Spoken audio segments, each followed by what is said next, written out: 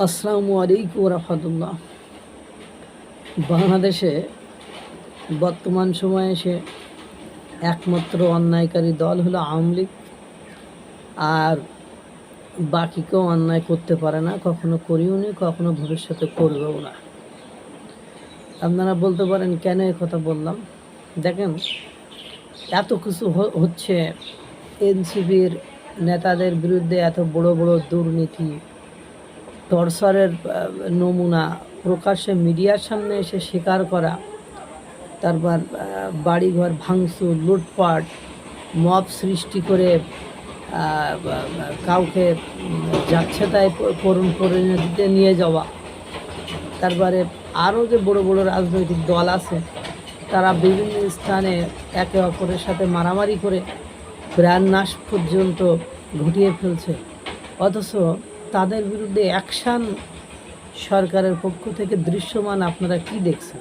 এই যে একটি ছেলে, নবম শ্রেণী পড়ুয়া একটি ছেলের পা কেটে ফেলে নিল, কে বা কারা, তার সেই কাটা পা নিয়ে বাবা মানে ন্যায় বিচার পাওয়ার জন্য দরজায় দরজায় ঘুরে বেড়াচ্ছে।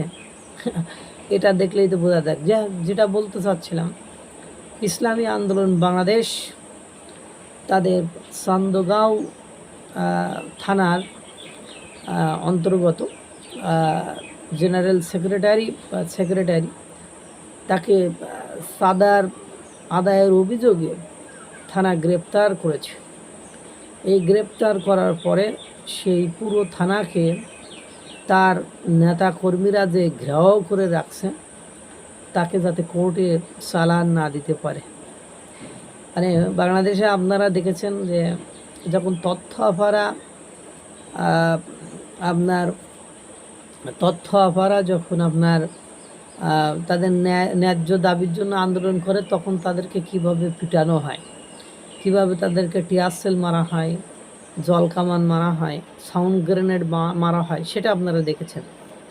অন্যদিকে আপনারা ইশরাক হোসেন নগর ভবন দীর্ঘদিন তালা দিয়ে রেখে কীভাবে প্রশাসনকে বাধাগ্রস্ত করেছে বা জনগণের সেবা পেতে বাধাগ্রস্ত করেছে, সেটাও আপনি দেখেছেন। সেখানে কিন্তু খুবই নীরব, অর্থাৎ সরকার সেখানে একটা লাঠিচার্জ তো দূরের কথা, কিছু পুলিশও পাঠায়নি আজ পর্যন্ত, বা একটা সেনাবাহিনীও পাঠায়নি। এদিকে ইসলামী আন্দোলন বাংলাদেশ মানে হুজুররা তো আর অন্যায় করতে পারে না। যদি আওয়ামী লীগের হুজুর হইতো তাহলে তারা অন্যায় করতে পারত। হুজুররা বলৎকার করলেও সেটা আল্লাহর উদ্দেশ্যেই করে, হয়তো বা ওরা সওয়াবের নিয়তেই করে, এরকমই তারা বোঝায়। হুজুররা তো চুরি বাটপারি করে না, হুজুররা তো আর পরক্রিয়া করে না, হুজুররা তো আর জিনা করে না।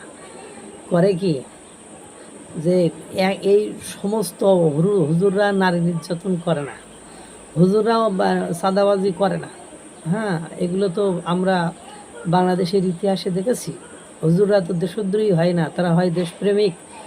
যখন মুক্তিযুদ্ধ লাগে তখন দেশের বিরুদ্ধে যে তারা দেশের দেশদ্রোহী যারা বা দেশের শত্রু যারা পাক বাহিনীর সাথে কারা একত্রতা ঘোষণা করে দেশকে স্বাধীন করতে চায়নি, সেটাও তো আমরা দেখেছি। তারাও তো একটা হুজুর বাহিনী ছিল। তো এখন কথা হলো যে তার নেতাকে গ্রেপ্তার করেছে, চাঁদাবাজির অভিযোগে নেতাকে গ্রেপ্তার করেছে, তারা থানাও ঘেরাও করে রাখছে।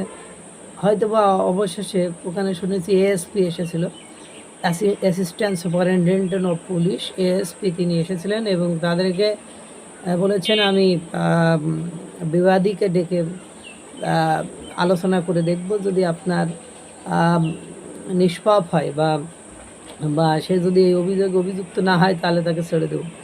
এই সিচুয়েশনে প্রশাসন কি করে আমরাও সেটা জানি, কারণ প্রশাসন বর্তমান সময়ে আলেম উলামাদের বিরুদ্ধে আজ পর্যন্ত নট এ সিঙ্গেল স্টেপ গ্রহণ করতে পারেনি। তারা কোনো পদক্ষেপ গ্রহণ করেনি, সেটা বাংলাদেশের সমস্ত লোক জানে। এমনি করেই চলছে বাংলাদেশ।